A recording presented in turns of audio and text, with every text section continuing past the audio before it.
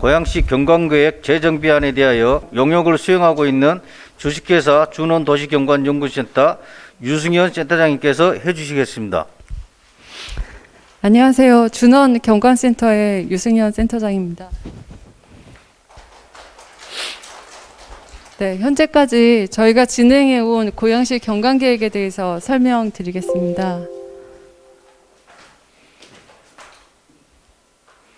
네, 설명의 순서는 경관계획이란 어떤 것인가, 그리고 고양시의 현재 경관의 모습, 미래에 지향해야 되는 모습, 그리고 미래에 지향해야 되는 모습을 담기 위한 계획이 어떤 것들이 수립이 되었는지, 그리고 이를 실행하기 위한 방향들은 어떻게 설정되었는지 순으로 설명드리겠습니다. 경관계획이란 우선 그 경관법에 근거한 법정 계획입니다. 인구 10만을 초과하는 시군은 의무적으로 수립을 하도록 되어 있고요. 이 도시의 구조에 대한 계획이면서도 이제 주요 지점에 대해서는 지침적 성격을 갖는 계획이기도 합니다. 이 부분은 이제 경관법이 재정비되면서 5년마다 이 계획을 재정비하도록 하고 있습니다. 고양시는 2011년에 경관계획이 수립이 되었고요. 지금 한 10년간 이제 계획이 수립된 이후 이제 변화의 과정이 있었습니다. 2013년에 경관법이 전부 개정되면서 사회 기반 시설이라던가 도시 개발 사업, 건축물에 대한 심의가 강화가 되었고요.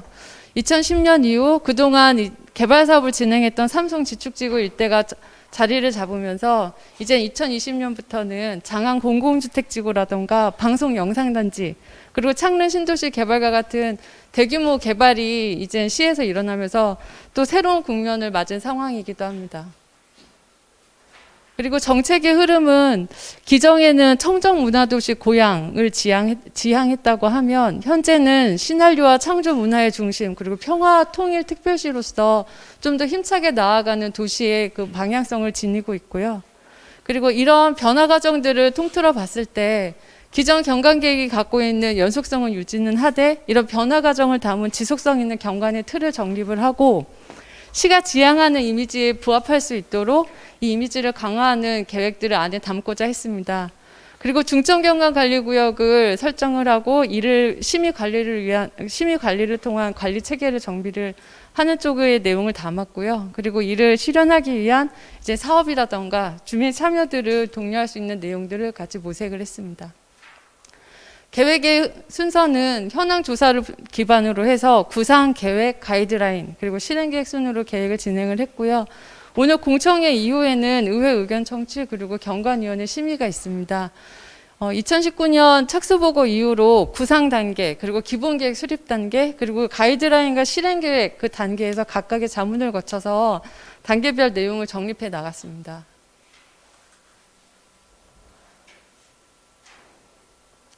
현재 고양시의 경관은 도시에서 조금만 벗어나면 나지막하긴 하지만 이제 산과 강의 아름다운 풍광들을 볼 수 있고 그 북한산 일대 웅장한 모습도 잘 볼 수 있는 지점을 많이 가지고 있습니다. 하지만 이런 자연경관 주변으로는 좀 더 이질적인 형상, 그리고 주변과 어울리지 않는 이런 부분에 대한 관리가 계속 필요한 실정이고요.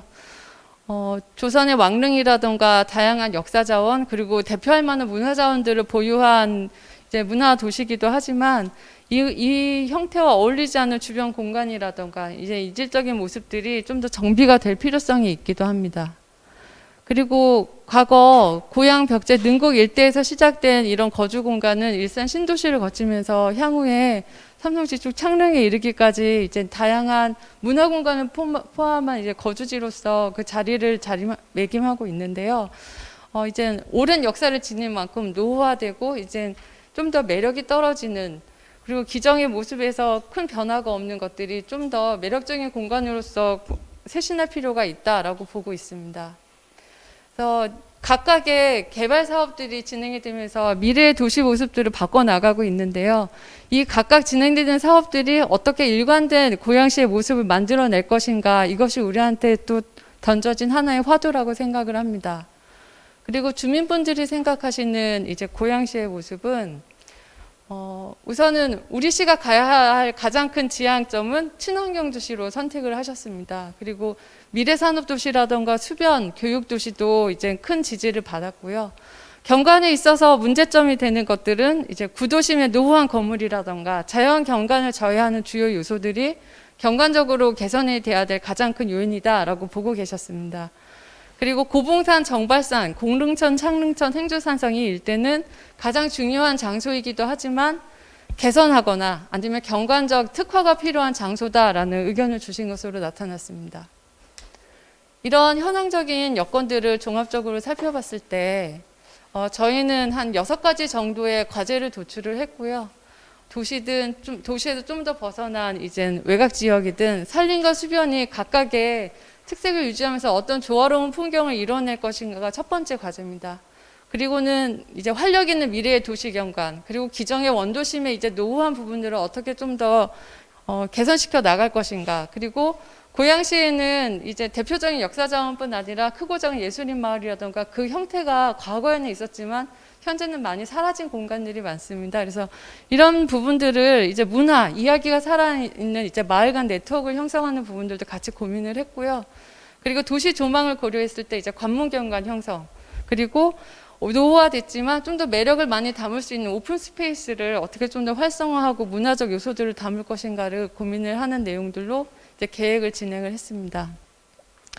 미래 이 고양시의 경관은 어떤 방향으로 갈 것인가라는 것을 생각해 봤을 때 앞서 말씀드린 이제 문제점이라던가 고양시 기본계획에서 가려고 했었던 방향성, 그리고 상위계획과 도시정책, 그리고 주민들이 생각했던 우리 시가 가야 할 이상적인 방향들을 종합적으로 살펴봤을 때 저희가 지향하고자 하는 경관 미래상은 자연과 사람이 공존하는 따뜻한 미래도시 고양입니다. 이를 전략적으로 실행하기 위한 방향으로는 산림 그리고 하천을 보전을 하고 바라볼 수 있는 조망 자원을 보전하는 자연과 어우러진 도시 공간 조성, 그리고 수공간 자체가 굉장히 특화된 경관으로서 자리매김할 가능성이 높기 때문에 수공간을 중심으로 특화된 도시 이미지 형성, 이 두 가지로서 자연과 공존하는 신문화 도시의 모습을 이끌어 나가고자 했습니다. 그리고 특화거리, 공공공간을 정비 조성하고 미래 도시 경관을 형성하는 주요 가로나 이제 스카이라인, 그리고 관문을 형성하는 구간들에 대한 경관 형성을 통해서 개성 있는 거리, 광장, 그리고 건축물이 아름다운 도시로 향해 나가고자 이제 계획들을 진행을 했고요. 마지막은 기존 원도심이 갖고 있는 역사성이나 이런 매력 자원들을 조금 더 활성화할 수 있는 내용들을 담고, 그리고 역사 자원을 좀 더 주변 자원과 연계해서 대표성을 좀 더 강화할 수 있는 내용들로 형성을 해서 다양한 이야기가 흐르는 따뜻한 도시, 이 세 번째 전략들을 함께 구조계획 안에 담고자 했습니다.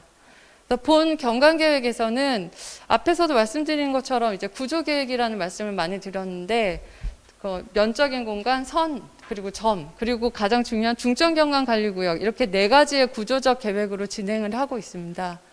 첫 번째는 경관권역계획입니다. 여기는 면적인 공간으로서 기존 계획에서는 중앙권역, 그 주변으로 이제 북동, 서남, 그리고 남동 이렇게 4개의 권역으로 구분을 했습니다. 이런 기본적인 형태들은 크게 훼손하지 않은 상태에서요. 개발계획이 변경된 부분, 도로가 생기면서 시각적으로 단절된 이런 요소들을 감안을 해서 경계를 조정을 하고 각 권역별로 가지고 있는 경관 자원들을 좀 더 활성화해낼 수 있도록 그 계획 안에 담고 이 명칭도 이런 부분들을 부각시키고자 변경했습니다. 그리고 경관 축에 대한 사항입니다. 축은 선형으로 이제 형태가 드러나는 경관 요소들에 대한 계획이라고 보시면 됩니다. 산이나 하천 그리고 도로 철도에 대한 계획인데요. 기존 계획에서 제시한 부분들은 이제 기본적인 틀은 갖추고 있지만 그 대상이 명확하지 않았고 하천 같은 경우는 너무 많은 대상을 담고 있었기 때문에 이번 계획에서는 보존해야 되는 산이 어떤 곳인가, 어떤 흐름을 갖는 맥락인가를 우선은 명확하게 제시를 하고, 그리고 하천에 대한 부분도 주요 하천으로 그 선택과 집중으로서 그 대상, 관리해야 될 대상을 선정을 했습니다.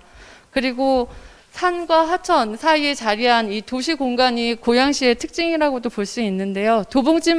도봉지맥에서 한강으로 연결하는 한 5개의 녹지축을 설정을 해서 도심을 관통하고 도시에서 자연으로 연결되는 이 녹지축들이 계속해서 살아남을 수 있도록 이번 계획에서는 이 부분들을 좀 더 새롭게 제안을 했습니다. 그리고 가로에 대한 부분은 동서로 이제 뻗어나가는 이제 도시 구조들을 봤을 때 구간별 특성이라던가 아니면 하나의 도시적 영역성을 갖출 수 있도록 이 계획 안에 그런 쪽의 내용을 담고자 노력을 했습니다. 이제 점적인 영역입니다. 경관 거점에 대한 계획인데 기존 계획에서는 진입부에 대한 거점 그리고 역사자원, 문화자원을 대상으로 해서 거점을 설정을 했습니다. 이번 계획에서는 주요 경관 자원이 이제 산이나 이제 습지, 하천에 대한 이제 몇 가지 자연경관 거점을 설정을 했고요. 주요 역사 자원이라던가 시가지, 상업 지역들을 대상으로 이제 문화 경관 거점을 설정을 했습니다. 그리고 도시 지역이 개발 확장되는 부분들을 감안을 해서 진입 경관 거점을 조정을 했습니다. 근데 여기에서는 이 몇 가지의 거점들이 하나의 이제 영역으로서 이제 좀 더 그 관계성을 가지고 좀 시너지 효과를 발휘할 수 있는 쪽을 제안하기 위해서 거점 클러스터를 형성을 했고요. 그 부분들로서는 이제 일산 시가지 일대 그리고 벽제 그리고 화정 그리고 행주산성 그리고 세 개의 왕릉 그리고 북한산 이 5개 지점을 클러스터 거점을 설정하고 계획을 진행을 했습니다. 그리고 마지막은 이제 중점 경관 관리구역에 대한 계획입니다. 기존 계획에서는 12개의 중점 경관 관리구역을 설정을 하고 있는데요.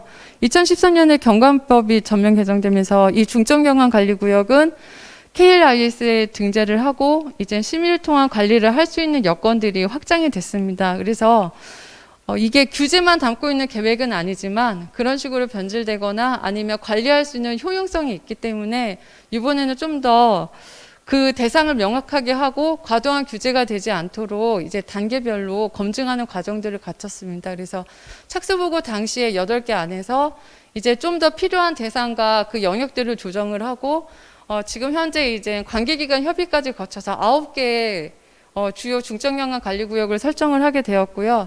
대부분은 이제 북한산 고봉산 그리고 한강 공릉 창릉천과 같은 이제 자연경관 그리고 행주산성 일대 역사자원 해서 보존을 위한 대상이 지금 한 6개소가 있고 이제 형성관리를 위한 지점으로 IT 미디엄 마이스 지점 그리고 중앙로 그리고 화정 운하의 거리 일대를 중점경관 관리구역으로 설정하고 계획을 진행을 했습니다.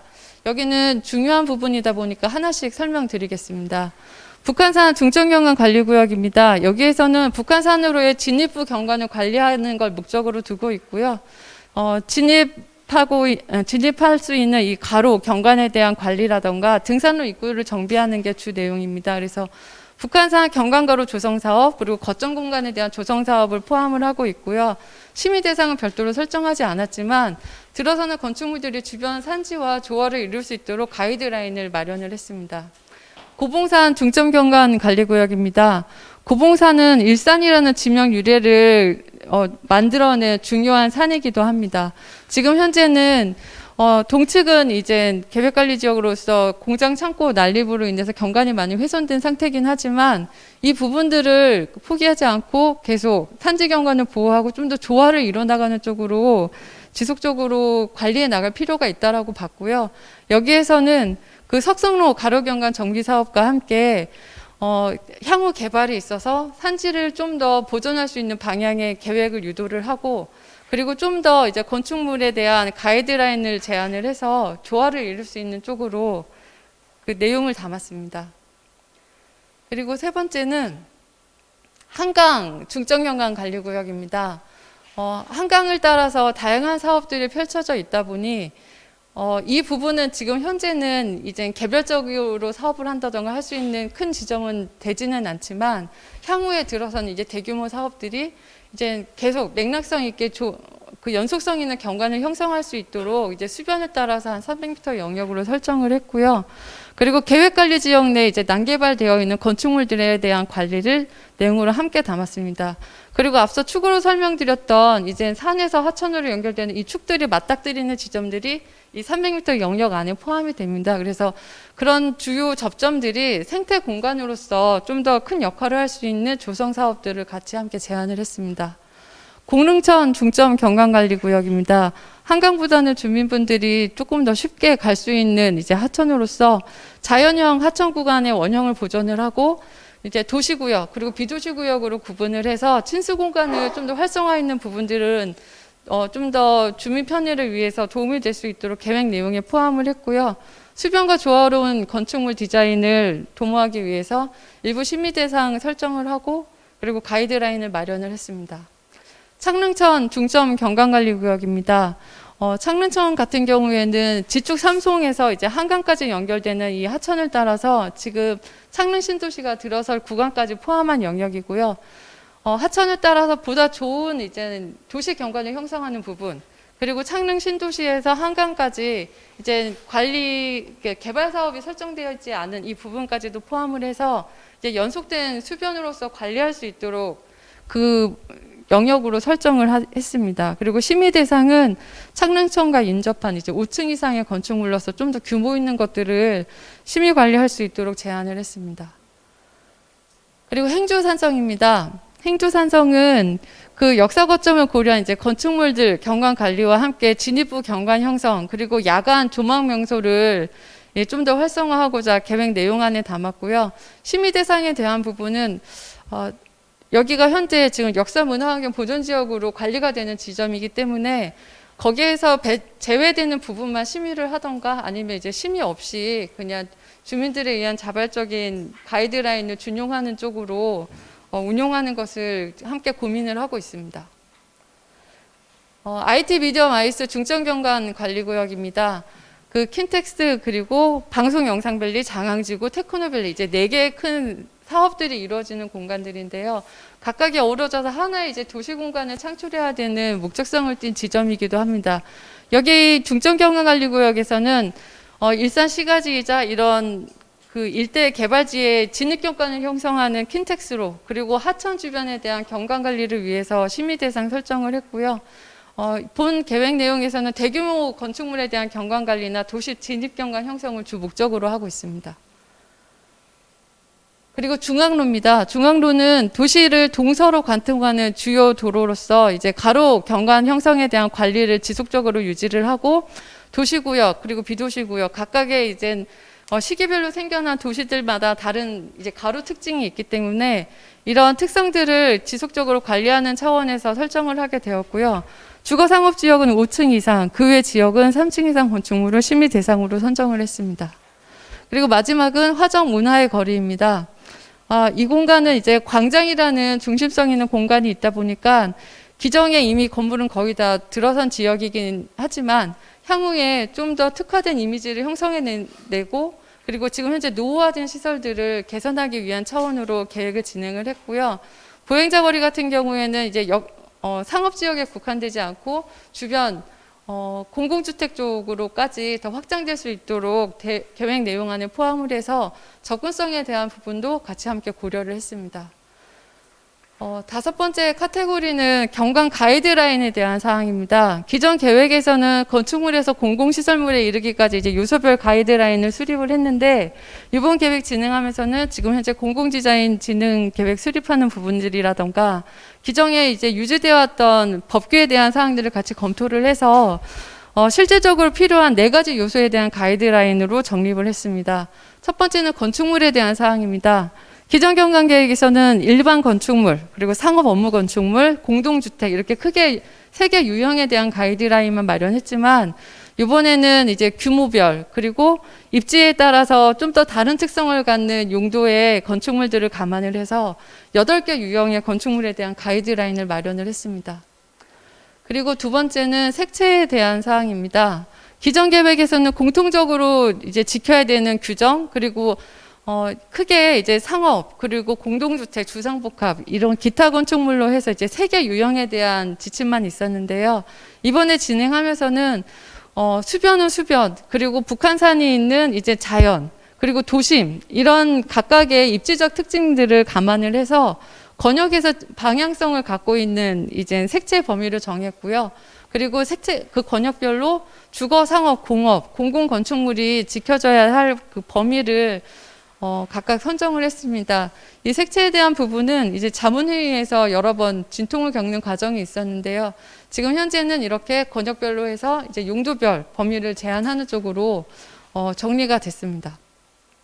옥외 광고물에 대한 사항입니다. 조례에 의해서 우선은 현재 운용이 되고 있는 건데 권장적 사항이기는 하지만 좀 더 좋은 경관을 형성하기 위한 차원에서 고양시 전 지역에 적용해야 되는 공통 요소별 유형별 가이드라인, 그리고 앞서서 설명드린 중점경관관리구역에서 적용할 수 있는 가이드라인으로 구분을 해서 계획을 진행을 했습니다. 야간 경관은 권역별, 유형별 빛공해에 대한 이제 기본 방향만 기존 계획에 담겨져 있었는데, 이번에는 권역별로 이제 연출해야 되는 경관 구조에 대한 연출 방안을 담았고요. 그리고 유형별로 빛공해 방지를 감안한 이제 빛의 조도나 연출 방향, 그리고 심의 때 활용할 수 있는 기준들을 담고자 했습니다. 그리고 마지막 단계는 앞서서 설명드린 이 계획들을 어떻게 실행을 할 것인가에 대한 사항입니다. 실행에 대한 부분은 국토계획법에서 이제 경관 지역지구, 지구 단위 계획, 그리고 경관법에 따라서 경관 사업 협정, 경관 행정 이렇게 세 가지 카테고리로 진행을 할 수가 있습니다. 우선 지구에 대한 사항입니다. 지구에는 지금 현재 경관지구가 고양시에는 일산문화공원이 이제 자연경관지구로 지정이 되어 있고, 자강습지, 공릉천, 창릉천 일대가 특화경관지구로 설정이 되어 있습니다. 일산문화공원 자강습지 일대는 지금 민간에서 건축이 어려운 형태이기 때문에 경관지구 해제도 가능한 것으로 검토를 하고 있고요. 이 부분은 향후에 이제 도시관리계획에서 경관지구 해제가 타당하다라는 부분에 이제 동의를 하게 되면 이제 절차에 따라서 해제를 할 수도 있습니다. 그리고 공릉천, 창릉천 일대는 중요한 수변이기 때문에 그대로 유지하는 것을 제안을 했고요.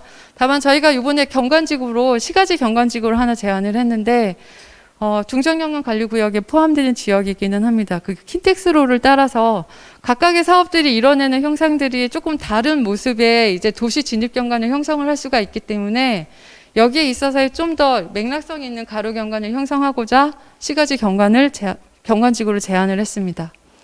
그리고 두 번째는 지구 단위 계획구역에 대한 사항입니다. 기존의 개발 사업들이 지구 단위 계획을 수립을 하면서 경관에 대한 내용을 충분히 담은 것과 그렇지 않은 것들이 많이 섞여져 있습니다. 그래서 이번에 계획을 진행을 하면서 경관에 대한 고려가 좀 미흡한 지구 단위 계획에 대해서는 어떤 내용들이 좀 더 보완될 필요가 있다라는 사항들을 정리를 해서 향후에 이제 지구 단위 계획 변경할 때 활용하실 수 있도록 했고요. 그리고 경관법에 따라서 이제 경관 사업에 대한 사항들 제안을 했습니다. 경관 사업은 기존 경관계획 수립하면서 관련된 사업으로라도 추진되지 않았던 것 중에 향후에 계속 지속성 있게 나갈 필요가 있다라는 지점이 한 3개소 정도가 있었고요. 저희가 본 계획 진행하면서 권역축 거점 계획에서 11개소, 중점경관관리구역 계획에서 10개소 정도가 나왔습니다. 설문조사에서 주민분들이 원하셨던 방향, 그리고 시급성이나 비용 파급력에 대한 것들을 감안을 했을 때 이 9개 이제 경관 사업은 이제 별도 전담해서 진행하는 쪽으로 생각할 수 있는 사업을 도출을 했고요. 한 6개 정도는 관련된 부서에서 연계된 사업들을 진행을 할 때 주의해서 해야 되는 사항들이라던가 경관적으로 협의를 봐야 되는 것들에 대한 내용들을 정립을 했습니다. 그래서 산림, 도시, 역사에 대한 내용들이 이제 공간에 대한 계획 내용이고요. 그리고 색채, 야경에 대한 부분들은 전 지역을 대상으로 해서 지원에 대한 사항이기도 합니다. 그리고 각각의 사업들은 이제 파급력이라던가 시행할 수 있는 시점들을 감안을 해서 단계별로 그리고 중장기로 시행해야 되는 거는 그 1, 2, 3단계에서 어떤 사업들로 차례로 이루어져 갈 것인가들을 계획을 진행을 했습니다. 그리고 각각의 사업들에 대해서는 향후에 추진을 할 때 조금 더 도움이 될 수 있도록 시뮬레이션 자료들을 같이 포함을 해서 방향성들을 좀 쉽게 아실 수 있도록 계획을 마련을 했습니다. 그리고 협정에 대한 사항입니다. 그 경관 사업이 일회성으로 끝나지 않고 아니면 그 시가지가 좀 더 활기 있는 가로로서 그 가치를 높이기 위해서는 그 협정에 대한 지원들이 사실 굉장히 많이 필요하기도 합니다. 그래서 이번에 진행할 때는 2009년도에 기정에 이제 협정이 맺어진 부분들이 있었지만 지금 현재는 유지되는 곳들은 없는 실정이고요. 기정 계획에서 제시되었지만 그래도 제시되어서 아직 실행은 되지 않았지만 앞으로도 계속 꾸준히 추진해 나갈 필요가 있는 부분들, 그리고 이번에 계획을 하면서 추가적으로 협정에 대한 부분들을 같이 더 적극적으로 유도해 나가야 할 부분들을 감안을 해서 그 협정 대상지들을 제안을 했고요.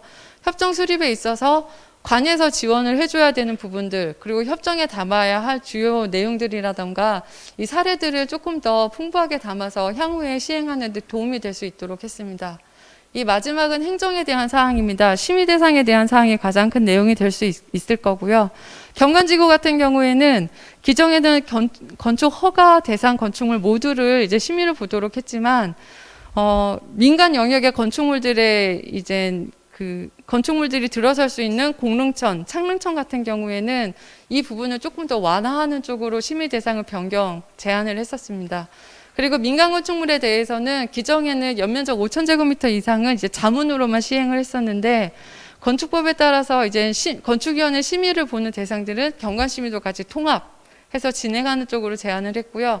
중점경관관리구역별로 이제 심의 대상을 제한을 했습니다. 그리고 경관 자문은 공공주택의 색채라던가 아니면 심의 대상이 아닌 연면적 5,000제곱미터 이상의 건축물은 자문을 득하도록 이제 계획 내용 일부 내용들을 변경을 했습니다.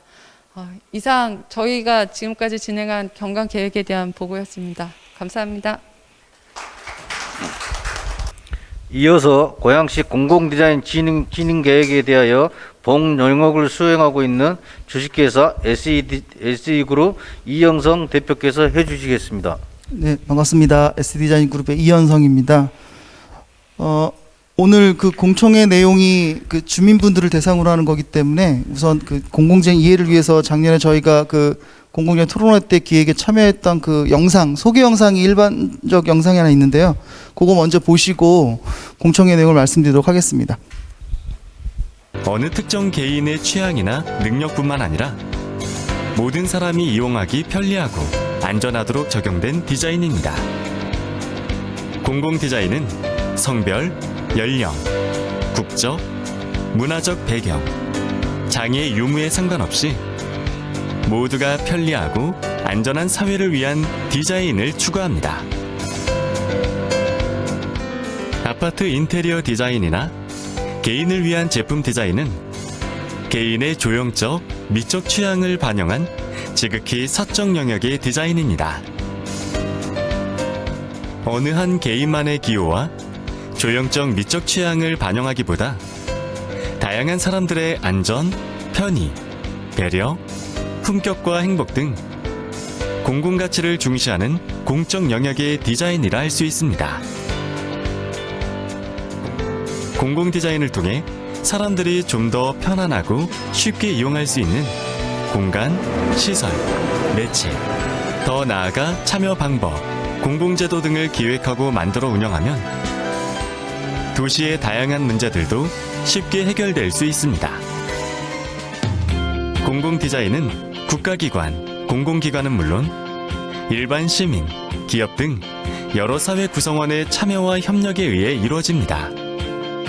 개인의 취향보다는 모두의 사용, 배려, 편의, 안전을 중시하며 사회적 지속 가능, 참여적 협력, 보편적 공공가치, 배려적 형평성 등 공공성에 초점을 맞춰 시민의 안녕과 행복 등 모두의 삶의 질 향상을 위한 디자인입니다. 안전행동을 유도하는 옐로카페 디자인을 적용함으로써 어린이 보행사고를 방지하기도 하고 범죄 발생을 미리 인지하고 개선하기 위한 공공디자인 세프티드, 즉 범죄 예방 디자인 적용을 통해 심리적으로 사전 인지를 시키고 안전한 행동을 유도하여 범죄를 예방하는 역할을 합니다. 복잡한 지하철 역사에서는 누구나 알아보기 쉽게 벽면형 사인 그래픽과 큰 글씨와 색채를 활용하여 고령자나 임산부, 시각에 장애를 가진 분 등을 포함한 모두의 편의와 편리를 향상할 수 있습니다. 또한 길을 찾을 수 없을 때에도 안내 표지판에 있는 QR코드를 통해 지도 어플에서 목적지를 편하게 안내받을 수 있습니다. 공공디자인을 통해 무인 스마트 도서관, 무인 전동차, 드론의 생활화 등은 우리 미래의 생활 품격을 높일 수 있으며 주택 틈새 공간, 주차장, 역의 승강장, 버려진 빈터, 전면 공지, 옥상 등과 같은 공간이 공공 디자인을 통해 도시민들의 공공 서비스를 제공하고 주거 환경을 개선할 수 있는 작은 휴식처가 될 수 있습니다. 공공 디자인은 공공에 의한 공공을 위한 디자인이며 우리 모두의 관심과 참여에 의해 이루어집니다. 모두의 행복한 삶과 모두의 사용, 배려, 편의, 안전을 중시하는 공공 디자인이 추구해야 할 방향에 대하여 우리 모두가 함께 생각해 보는 것은 어떨까요? 네, 앞서 보신 것처럼 2016년도 공공디자인진흥법 설정 이후에 대한민국의 공공디자인은 시설과 공간 중심에서 그 안전과 편의, 품격, 배려라는 그 진흥종합계획 주제로 바뀌었습니다. 그래서 기존의 공공디자인 기본계획은 공공공간, 공공건축, 공공5개 광고물, 공공시설물에 대한 유형적 디자인의 기능성에 대한 좀 중심이 있었다면 이 진흥계획이라는 것은 그 시설물들을 통해서 안전한 사회 공간, 그다음에 편리한 배려, 품격의 공간을 추구한다라는 게 가장 큰 차이를 이해해 주셨으면 좋겠고요. 그 법정 계획으로서 5년 단위 그 지역 공공디자인 진흥계획 고양시 계획을 좀 수립을 하였고 오늘 주민분들을 대상으로 좀 그 앞부분의 과정적 부분을 중심으로 좀 요약을 해서 발표를 드리도록 하겠습니다. 아주 쉬운 예로 예전에 이런 디자인 같은 경우는 예쁜 그 쉘터가 하나 있었죠. 그러니까 이건 쉘터 디자인이지만 오른쪽은 저희 쉘터 디자인 하지 않습니다. 저것은 이제 편리를 중심으로 하는 디자인이라 하는데 저희는 왼쪽에 있는 걸 이제 제품 디자인, 오른쪽에 있는 걸 공공 디자인이라고 합니다. 광복 이후 30년 만에 우리나라의 디자인은 산업디자인진흥법에 의해서 국가 디자인 체계가 이제 정립이 돼서 지금까지 진행이 되어 왔습니다. 그리고 40년 후인 이제 2016년도는 사회 발전에 따라서 디자인의 목적이 산업 제품에 대한 지원이 아니라 공공 영역에 대한 지원으로 정책적 탈바꿈을 하게 됩니다. 따라서 그 서울의 도시 디자인 조례를 기본으로 보더라도 기존에는 여기 보시는 것처럼 이 시설물의 배치, 형태, 윤곽, 색채 같은 유형적 그 내용들을 좀 추구하는 그런 디자인에서 지금은 이제 공공디자인 진흥조례로 바뀌게 됐는데요. 공공 디자인에 있어서의 그 디자인에 있어서 그 시설물이 공공의 이익과 안전, 성별, 장애 여부, 국적과 상관없이 모든 이가 쓸 수 있게 하는 이러한 큰 기조가 바뀌었다라는 부분을 좀 이해해 주시면 본 계획이 이해가 좀 빠르실 것 같습니다. 따라서 국가는 국가 차원에서의 진흥종합계획, 광역 차원에서의 진흥종합계획, 또한 이제 지자체 단계 이렇게 3단계의 입체적인 진흥종합계획을 수립하게 지금 완료를 해놨습니다. 그래서 국가가 수립한 계획이 바로 이 생활안전, 모든 인을 위한 배려, 생활편의, 생활품격, 행정과 관련된 기초가 튼튼 공공디자인인데요. 사실 보시면은 너무 뻔한 거 아니냐. 그래서 공공디자인을 우리가 어디 가서 설명해도 너무 뻔한 거 하는 거 아니냐라고 하는데 사실 이 뻔한 게 여태까지 지켜지지 않았기 때문에 1차 진흥종합계획의 목표로 설정이 됐습니다. 그래서 이제 이 산하 지자체나 우리가 이걸 수립을 할 때 이 기본 그 카테고리에서 벗어날 수는 없습니다. 그래서 그 카테고리 안에 이 지역 그 공공디자인 진흥법 6조에 의해서 지역 여건에 맞게 실행 계획을 수립하랍니다. 그래서 바로 지역 여건이라고 하는 것은 여기 계신 시민들의 의식, 그다음에 민원에 대한 종류, 또 행정정책, 시책 사업들의 종류, 또 이 시의 발전 방향이 어느 쪽인지 그런 것들을 파악을 해서 적용하라는 의미입니다. 따라서 생활안전 이런 그 5개 전략에 19가지 세부 방안들이 되어 있고요. 쉽게 이해하시기에는 이 세부 방안에 있는 예를 들면 우리는 그럼 범죄 예방 쪽은 어떻게 하는 것이 어디에다 어떻게 하는 게 좋을까? 교통안전 디자인은 어떻게 하는 게 좋을까? 이런 것들에 대한 그 기본 실행 방안, 또한 우리 지역 여건에 맞는 가중치를 좀 더 둬서 진행하는 방안이라고 보시면 되겠습니다.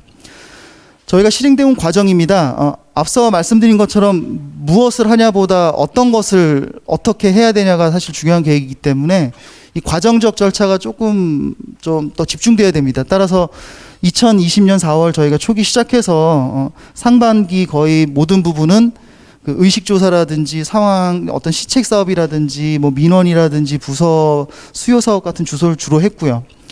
또한 이제 그 사업들이 기반으로 저희 계획을 수립된 이후에는 그 TFA라고 해가지고 전문가분들을 모시고 각 영역별로 그 전체 구성 목표, 사업 정의 방향, 실행 사업 계획 그다음 조례, 제도, 가이드라인 타입, 각종 종합 주민 참여의 워크숍 모델까지 총 7차에 걸친 그 TFA를 통해 가지고 본 계획이 조금 더 지역에 좀 가깝게 다가갈 수 있도록 노력을 최대한 진행을 하였습니다. 경관계획과 달리 이 용역의 또 이 계획의 방향성 때문에 저희는 전체적으로 이 물리적 자산보다는 의식적 자산을 좀 조사를 많이 하였습니다. 그래서 따라서 처음에 그 시민의식 조사는 저희가 외부 기관에 의뢰해서 이 지금 갖고 있는 그런 의식들을 조사를 하고요. 또한 2019년도 고양시 민원 사항을 굉장히 많았는데 저희가 빈도수 측정을 해가지고 좀 문제점을 발견하고자 했습니다. 또한 사회적 약자의 그 사각지대 그룹에 계신 분들을 조사를 좀 진행을 했습니다. 전체적으로 그 공공 디자인에 대한 뭐 현황 조사나 부분인데요. 뭐 재밌게 볼 수 있는 부분은 뭐 여기 보면 지금 현재 그 고양시 시민들이 걷기 편한 보행 환경 디자인을 제일 먼저 우선시 선정하셨습니다. 제 경험상으로 보면 이게 개발 단계에 있는 도시들의 부분은 주로 제일 먼저 주차 문제가 많이 나옵니다. 쓰레기 문제랑. 그리고 그 다음에 이제 개발이 거의 이제 진행이 완료되거나 아주 성장세에 있는 도시들이 바로 저렇게 걷기 편한 보행 환경이나 이 편의 공간에 대한 말씀들이 많고요. 2단계가 넘어간 도시들은 주로 문화 공간, 또한 이제 무형적 어떤 컨텐츠, 뭐 배려, 뭐 이런 쪽에 좀 말씀들이 나옵니다. 그래서 저희가 저 걷기 편한 보행 환경이나 주민들이 주신 말씀은 사업으로 적용을 하였습니다. 또한 이제 복지 편의 시설 같은 경우, 특수 시설에 대한 경우도 저희가 이제 이 용역 특화 부분, 유니버설 디자인 특화분을 적용하기 위해서 이분들에 대한 온라인 조사를 진행했고요. 또한 2019년도 고양시 민원 분석을 통해서 사실 저 의식 조사나 이런 것들은 질문에 답을 하시기 때문에 의식적으로 조사하시는 일이 그 답을 하실 일이 많습니다. 근데 이 민원이라는 거는 빅데이터로 누적된 거기 때문에 저것은 그 굉장히 좋은 우리 공공 디자인이 개선해야 될 대상입니다. 그래서 공공 디자인 진흥 계획이 5년 동안 잘 유지된다는 얘기는 곧 우리 시의 민원이 잘 관리되고 개선돼 가는 이 법적 계획으로 잘 개선돼 나간다라는 것입니다. 그래서 추후 제안은 5년 뒤 우리가 공공디자인 진흥 계획이 종료될 때 과연 우리 민원 사항의 몇 프로가 이 법정 계획으로 좀 진행이 되었는가 실증을 하는 것들도 향후 주민분들에게 홍보라든지 아니면 이 계획의 필요성에 지속 가능함을 좀 살릴 수 있는 부분이라고 생각은 합니다.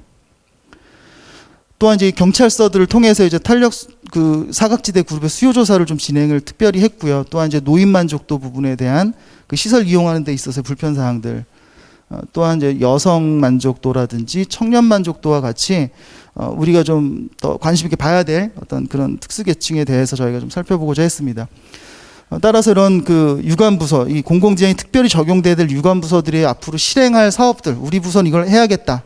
그러니까 저희가 단독으로 수립하는 것이 아니라 무엇을 해야겠다는 내용을 저 각 계획 항목 5개 항목, 사업 부분으로, 가이드라인 부분으로, 특별과업으로, 표준 디자인으로, 거버넌스로 이렇게 표현하기 위한 방향으로 수렴을 하여서 진행을 하였습니다. 그리고 이 용역의 특징 중에 하나는 저 부시장님과 과장님, 뭐 팀장님의 지원하에 저희가 TF를 좀 적극적으로 운영할 수 있었습니다. 1차 TF 때는 정말 그 한 11분 정도 되는 전문가분들을 모시고 각 영역별로 뭐 경찰서에도 오시고 젠더 전문가도 오시고 하셔서 큰 방향성을 설정하는데 많은 의견 말씀 들었고요. 그다음에 이제 이게 그 앞서 발표해 주신 경관계획과 달리 이 공공디자인 진흥 계획은 국가의 지침이 없습니다. 굉장히 자유성을 조례로 이렇게 할 수 있게 놔줬기 때문에 그 구성이라든지 방향성이 각 지자체마다 다 다릅니다. 그래서 그런 구성에 대한 방향성 논의를 많이 드렸고요. 또한 이제 실제로 광역의 시설 그 공공시설 그 전문가분들을 모시고 와서 저런 이제 시설물에 대한 가이드라인, 또한 이제 행정을 오래 하신 분들을 모시고 와서 조례와 제도에 대한 부분들, 그리고 이러한 사항들을 모아서 주민들과 워크숍도 진행을 하면서 진행이 되었습니다. 워크숍은 저희가 이제 특별 TF로 진행을 했는데요. 실제 주민들과 함께 문제를 찾고, 그러니까 저희가 진행한 이유는 그 대표적인 그 주민분들의 그 활동을 굉장히 적극적으로 하시는 분들을 모시고 와서 선도 모델을 좀 만들고자 했습니다. 기존까지의 주민 참여라는 것은 다 만들어진 제품에 뭐 스티커 붙이는 정도, 아니면 민원을 제기하면 우리 공공기관은 계속 그거를 답을 드려야 되고 하는 이런 상대적인 계속 위치에 있었는데, 주민들과 기관 전문가들이 같이 문제를 발견하고 대안을 또 찾고 또 그 결과물이 반영될 때까지 전 주기를 같이 공유하는 것만으로도 굉장히 그 공유 가치 때문에 이 공공 디자인의 효과성이 굉장히 올라갈 것이라고 봤기 때문입니다. 그래서 소위 말하는 챔피언들이라고 하죠. 저런 주민 대표분들, 참여분들이 저희 촉매 역할이 돼서 앞으로 이렇게 퍼져나가고자 하는 그 지역의 리더로서 좀 그 되시는 그걸 바라면서 이런 진행을 하였습니다. 실제로 이제 저희가 가장 어려운 저 주차 문제를 가지고 말씀을 많이 나눴고요. 단순한 디자인에 대한 부분, 참여 활동에 대한 부분, 서비스에 대한 부분 이렇게 나눴습니다. 실제로 좀 저 시설물 디자인에 있어서의 그 유휴 공간에 그 주차 금지 구역에 갤러리를 조성하자라는 건 실제 저희 그 18개 진흥 사업 안에 포함을 시켰습니다. 따라서 이 저희가 이제 개념을 수립할 때는 그 고양시의 이 지금 현재 시책과 정책 총 41개의 기본 계획과 관리 계획 뭐 여타 계획들을 모두 분석을 해서 빈도수 측정을 하였고요. 또한 그것을 키워드로 필터링을 하고 특히 K뉴딜이나 국가의 진흥 종합 계획 또 고양시의 여러 가지 의견에 나왔던 부분들 TF에서 특별히 전문가들이 강조해 주셨던 부분을 가중치를 둬서 저희가 그 국가가 요구하는 디자인을 통해서 안전과 편리와 품격과 배려를 유지하라는 틀 안에서 저희가 개념을 수립하고자 하였습니다. 각 계획들은 그 이 각 빈도수에 맞춰서 저희가 그 진행을 하였고요. 따라서 나온 디자인의 저희 키워드가 이제 생활환경의 안전성이라든지 편의, 공간, 포용, 지속, 건강이라는 큰 이 기본 틀을 만들었습니다. 이 기본 틀은 저희가 그 지속 가능한 10가지의 목표량도 좀 도출을 했고요. 여러 가지 키워드들이 도출한 과정에서 저희가 뭐 우리 고양시에서 그래도 좀 더 필요하다고 하는 요소들을 12가지를 지금 현재 발굴을 해서 그 부분들을 이러한 단계별로 이런 좀 메커니즘을 만들어서 향후 5년 동안 고양시에서 소위 말하는 공공 디자인이 지향해야 될 방향성들에 대한 설정을 진행을 하였고요. 또 그리고 그것에 따른 이제 가이드라인도 수립을 하게 됐습니다. 하지만 기존의 가이드라인은 아시다시피 전체 6개 영역, 그러니까 뭐 공공 공간 건축 시설, 그다음에 5개 광고라든지 시각 매체와 관련된 유형적 부분에 대해서 제시가 되어 있습니다. 하지만 지금 광역의 공공재행 가이드라인이 굉장히 완성도가 높고요. 거기에 모든 기능적 그 체계들은 완성이 돼 있고 또 경기도 공공시설물 인증제에 있는 그 기준만으로도 우리 고양시의 시설물의 기능적 수준을 올릴 수가 있다고 봅니다. 그래서 그 내용들을 준용해서 시설물의 가이드라인 수립하되 저희는 그 원칙 고양시를 위한 공공재행 원칙 가이드라인을 좀 추가했습니다. 본 용역에 있던 것은 아니었는데 저희가 연구하면서 좀 필요하다고 생각을 했습니다. 그래서 좀 이게 처음 듣는 분 좀 어색하겠지만 안심 디자인 가이드라인, 그다음에 편의 디자인 가이드라인, 공감 디자인 가이드라인 이런 부분입니다. 그래서 안심 디자인 가이드라인 같은 경우는 그 안에서 안전한 도시를 만들기 위한 뭐 셉테드 이론을 기반으로 하는 다양한 그 사람들의 뭐 너티 디자인까지 뭐 포함을 해서 좀 더 행정가 분들과 주민분들이 시민분들이 조금 더 쉽게 이해할 수 있는 지침을 삼았습니다. 따라서 추후 이게 적극적으로 활용된다면 사실 뭐 심의 때 규제 사항으로 둘 수는 있는 사항은 아니고요. 저희는 이게 하나의 그 뭐 주민 참여 사업이라든지 아니면 각 부서별 좀 공공 가치가 더 부여되는 사업들에 대해 이 좀 투입됐으면 하는 것입니다. 그래서 어떻게 보면 의식 전환을 할 수 있는 사업들로 그래서 이 지금 가이드 내용은 저희가 일러스트레이션으로 다 구성을 했습니다. 텍스트는 굉장히 적고요. 모든 걸 그림 위주로 좀 거의 구성을 해서 보시기 쉽고 편하게 그래서 1단계 진흥 계획에서 이런 가이드를 좀 추가해서 우리 고양시의 공공 가치를 올리고자 하였습니다. 이 진행 실행 사업 같은 경우는 가장 중요한 이 부분인데요. 저희가 이 총 그 18가지의 진행 사업을 실천 계획을 세웠습니다. 먼저 안심 디자인 생활환경의 안전성을 위해서는 그 어르신이 찾기 쉽고 그 접근하기 쉬운 환경 디자인, 또 편의 디자인 같은 경우는 공공청사의 안내 개선과 고양형 그 정보 체계에 대한 부분, 또 문화재 일대 보행 정보 체계인데 대부분 지금 그 2가지 주제 6가지 전략에서도 보면 한 5가지 정도가 정보 체계에 관련된 것입니다. 이것은 그 민원 사항에서도 가장 많이 나온 부분이고요. 또 시민의식 조사에서 가장 많이 나온 부분입니다. 특히 이렇게 고향처럼 우리가 거의 이제 발전의 완료 단계로 막 다가야 될 이 도시일수록 이 정보 체계 구축은 굉장히 어렵습니다. 그래서 이런 정보 체계 구축이고 저희는 저것을 지금 세부 사업에서는 그 문체별 공공재생 시범 사업이 좋은 장소 만들기 이런 시범 사업으로 응모할 수 있는 사업 체계를 좀 구성하고 있습니다. 또한 이제 그 뭐 공감 디자인 같은 경우는 이제 유니버설 디자인 기점으로 하는 또한 이제 문화 콘텐츠 공유 공간, 저희가 그 이 나눔 목공소라든지 그다음에 이제 그 청년 그 창작 제안소 같은 이런 것들도 포함이 되어 있고요. 또한 이제 저층 주거지 유유지 활용 어울림 공간 이제 포용 디자인의 관점인데, 요거는 바로 주민들과의 워크숍에서 도출된 내용입니다. 그래서 주민 어떻게 보면 주민 불법 주차가 있는 동네 지역들을 지역민들이 참여하는 유유지를 이제 갤러리를 만들겠다는 아이디어신데, 주민들로부터 난 아이디어들이야 저는 시범 사업으로 충분히 가치가 있을 거라고 봅니다. 또한 교량 하부라든지 또한 이제 하천이 많기 때문에 교량 하부에 대한 부분, 관문 디자인, 또한 여기 지금 여기 계신 이 공간이나 저기 그 백마역 근처 뭐 이런데 애니골 같은 부분들을 통해서 보행자 중심의 테마 특화가로 조성은 각 부서에서 실질적으로 필요한 부분이라 저희 담았고요. 또한 이제 초고령 사회에 대비한 인지 디자인이나 신체 활동 증진을 위한 가로 디자인까지 총 18개의 전략들이 수립이 돼 있고, 이 18개의 전략들은 현재 지금 대상지 조정에 있습니다. 그래서 저희가 이 공청회 자료에서 모든 자료를 대상지까지 보여드리지 못하고요. 대상지도 한 군데를 정하는 게 아니라 이제 대안 대상지를 몇 군데를 고르고, 또한 그 해당 부서에서도 진행하겠지만 국가에서 응모할 수 있는 마중물 사업으로, 또한 이제 예산 펀딩할 수 있는 부분들, 또한 이제 거버넌스 체계, 뭐 쉽게 말씀드리면 그 민간 기업에서 CSR로 투자할 수 있는 사업의 모델들, 이런 참여로 해서 실행 단계까지 그 사업을 담아서 고양시에서 마중물 사업으로 어디 응모하실 때 그 앞부분에 핵심 전략과 기본 개요 부분이 모두 담길 수 있게 지금 진행을 마무리를 하였습니다. 그래서 사실 이 그림은 이해를 돕기 위해서, 보시는 분들 이해를 돕기 위해서 한 거지 꼭 이렇게 하자는 건 아닙니다. 그래서 여러 가지 이미 검증된 이런 시스템들을 통한 야간 환경 디자인의 개선 부분들, 또 이런 팝업 시설들을 통해 가지고 문화 콘텐츠의 공간들, 뭐 지금 나눔 목공소라든지 지역의 사회적 기업 아니면 협동조합의 그런 마을 기업의 형태, 또 청력 창작 제안소 같은 그런 공간들이 이렇게 포함이 될 수 있겠고요.